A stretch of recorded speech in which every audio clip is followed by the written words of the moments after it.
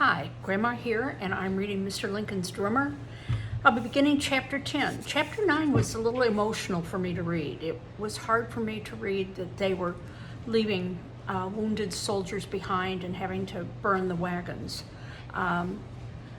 So we're getting toward the end of the book.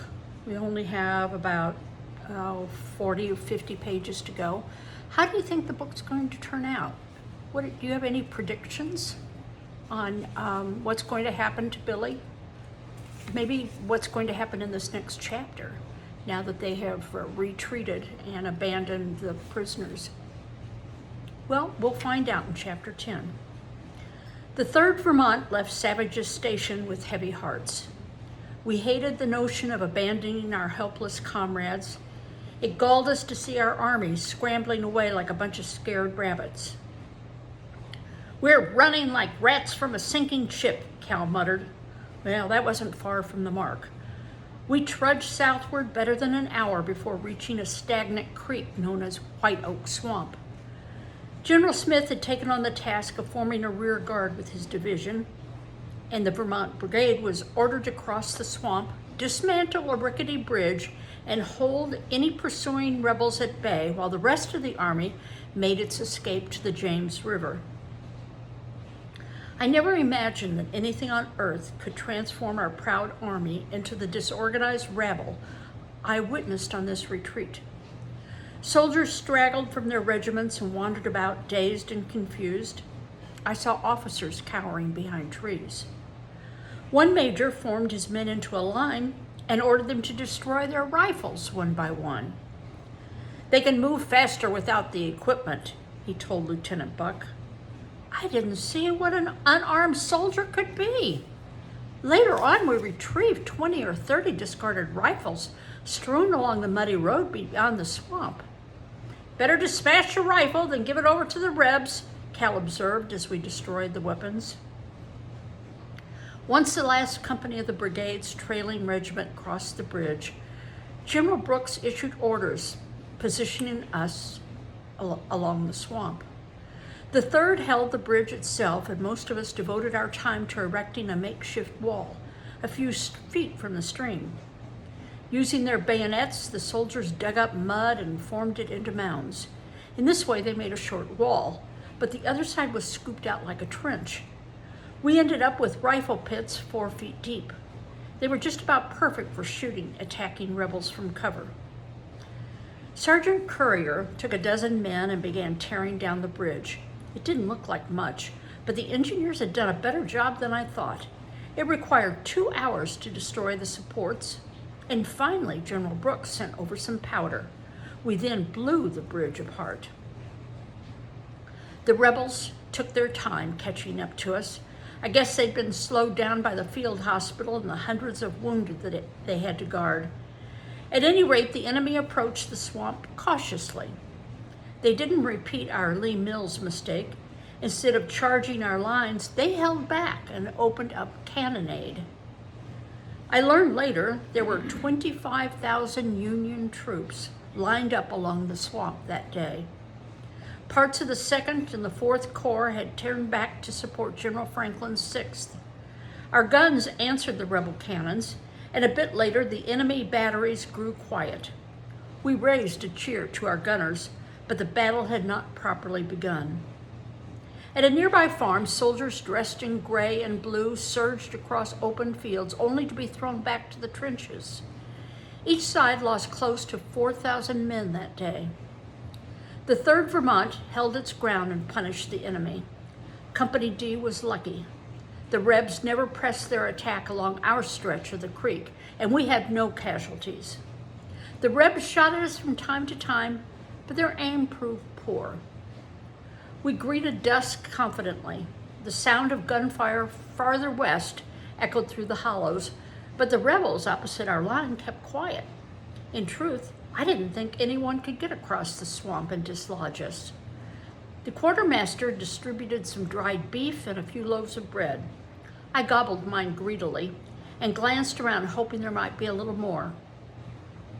"I wish we'd thought to grab some food before they burned those supply wagons," Bruce grumbled.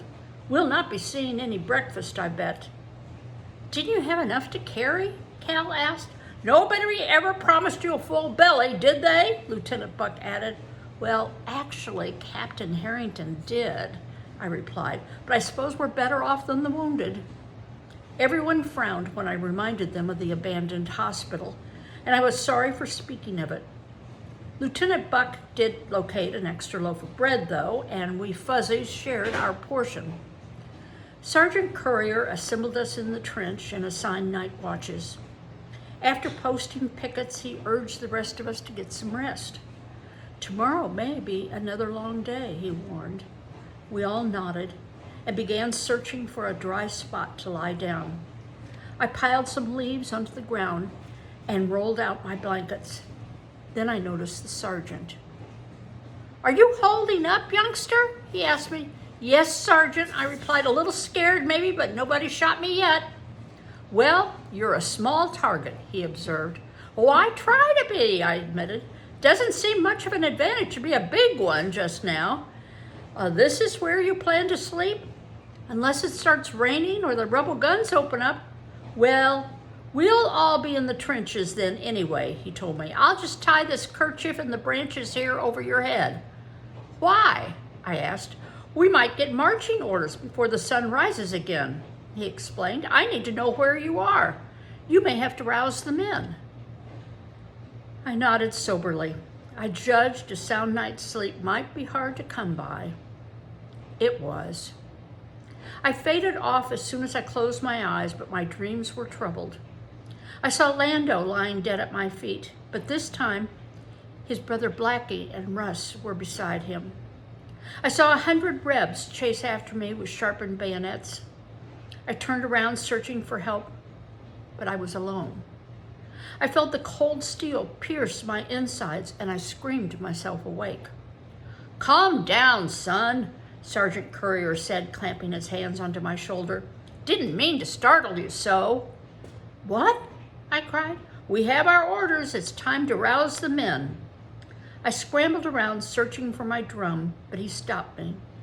Do it quietly, the sergeant advised. No need to tip our hand to the Rebs. I went among the men, warily waking them. I could tell that I wasn't the only one who was troubled by nightmares. Russ leaped to his feet and grabbed his rifle. Fortunately, it wasn't loaded. We quietly packed our gear, and I was amazed at how quickly the entire company assembled. Captain Harrington, who had seemingly disappeared most of the day, addressed us in a whisper. We've been ordered back again, he explained. The whole army is making a stand at Malvern Hill, a few miles closer to the James. General Brooks is pulling regiments out one at a time. It's our turn. Keep quiet and don't attract attention. It wouldn't do to have the Rebs charging into gaps in our lines. Once again, we were pulling up stakes and retreating. It seemed somehow shameful. We were in as strong a position as I could imagine, and from what some of the stragglers from Porter's Corps said, the Rebs had yet to penetrate a single one of our positions. What was worse, our midnight skedaddle was a hopeless rout. Companies and even regiments got lost in the dark. Whole units went off on side roads and became tangled in dense underbrush. Weary men threw away their bedding, canteens, even cartridge boxes and rifles. Sadly, I saw 3 abandoned drums. You might as well toss yours over there too, Willie, Cal advised. You won't need it tonight. Truth is, the way this army fights, all you need is a good pair of boots. I frowned. Cal had made a point. And as we trudged along, the drums seemed to grow heavier every mile. I had a hard time keeping up. Oh, leave that fool drum, my friends urged. I couldn't, though. What use was a drummer without a drum? For once, I wished it was raining. Thousands of tramping feet had turned the road into a cloak of choking dust. Every inch of me was choked with chalky powder. I followed the example of my companions and stepped out of line. I shed my pack, stripped off my tunic, and tied it onto my rucksack. I opened up my shirt so that the bare flesh of my chest could catch the hint of a breeze that survived the stifling Virginia morning. Then I slung the rucksack over one shoulder, my drum sash over the other. "Mind some company?" Pa called from a few feet away. I could barely make out his tired face in the faint pre-dawn light, but it cheered me nevertheless. "Still 2 Johnstons in the 3rd, eh?" I asked. "No holes in you either, then," he countered. I managed half a laugh, and he clasped my hands. "Your ma was right, Willie. You should have stayed home," he added as he took my rucksack and slung it over his shoulder.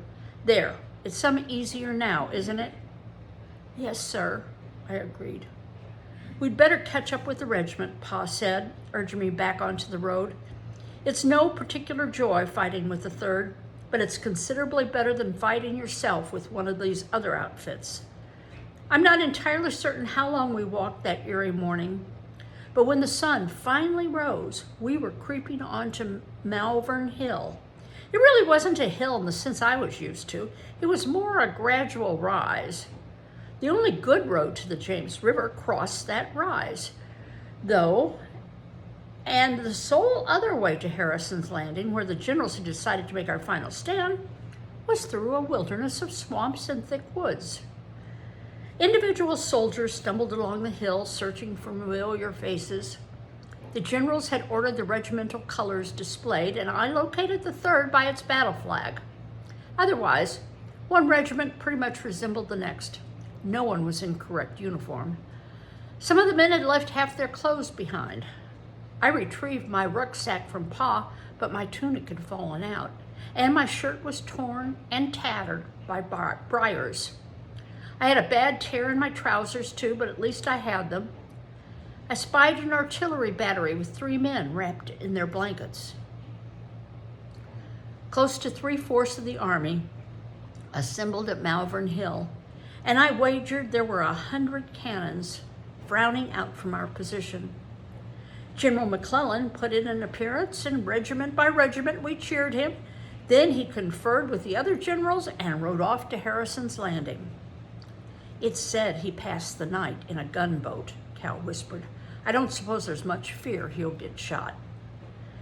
"Generals are pitiful little use any time," Sergeant Courier said, grinning. "Up here in the front line, they really get in the way." I couldn't help laughing, even when Lieutenant Buck glanced over. "There's truth to that, Lieutenant," Cal insisted. "You weren't always an officer," Courier added. "You once had some sense yourself." I feared the lieutenant might explode, but he only laughed. "Well, you can't argue with that truth," he said. The rebels marched up later. It was a marvelous sight, all those neat lines and precise formations. When we'd fought before, it'd been man-to-man in trenches, behind trees, tangled in swamps and woods. The enemy that came out to challenge us now seemed more deadly and fearsome than ever. But although their attack began well, most of their advances were half-hearted. Some rebel regiments had already suffered terrible casualties. At Malvern Hill, the 3rd was spared the brunt of the fighting, and from what I could see, we were truly blessed.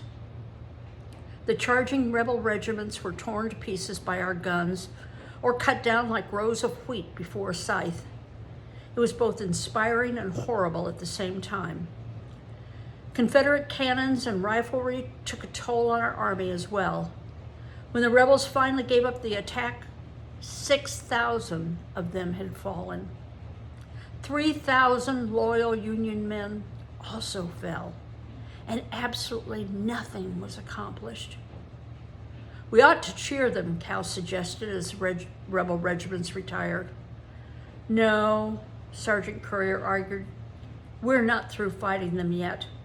When they lay down their arms and give up this rebellion, I'll cheer every one of them, but not before." I would have hollered and thrown my hat anyway, but I wasn't certain I had the strength. Most of us collapsed where we stood and tried to rest some. The order to retreat arrived early that next morning. Most of us were hungry and exhausted. Some cold beef and biscuits had been distributed, but I still had most of mine. I had been too tired to chew. I tapped out assembly, and Company D roused itself. The slopes of Malvern Hill were littered with bodies. and many of them were moving. Squads of our soldiers set out to tend the wounded and retrieve any capable of surviving. It was an awful scene, much worse when the mist cleared and we could see thousands of shattered bodies. I found myself stumbling along the line. I saw Julian Scott sitting beside a cannon sketching the awful spectacle. "We should go down there and help," I told him. "Willie, you can hardly walk," he said, shaking his head. "Look at your leg. You need some doctoring yourself." I noticed an ugly tear in my left leg below the knee. Something sharp had opened the considerable gash, and blood was trickling down through the dust and grime. "Sit down a minute," Julian urged. "I'll do it." He poured some water from his canteen onto the leg and wiped away most of the dirt. He then dressed the wound.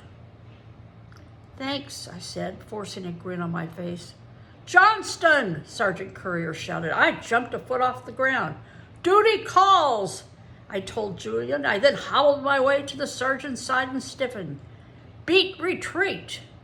the sergeant growled, pointing to my drum. "Again?" Someone down the line cried. He expressed what all of us were thinking. "Again," Sergeant Courier muttered. "Company D, form up." Well, I have to say that for a children's book, which is what this is, it has a pretty vivid explanation of what war is like. So, did you think they were going to have to retreat again and again and again? I mean, didn't the Yankees win? Well, we'll find out more in the next chapter. Bye-bye.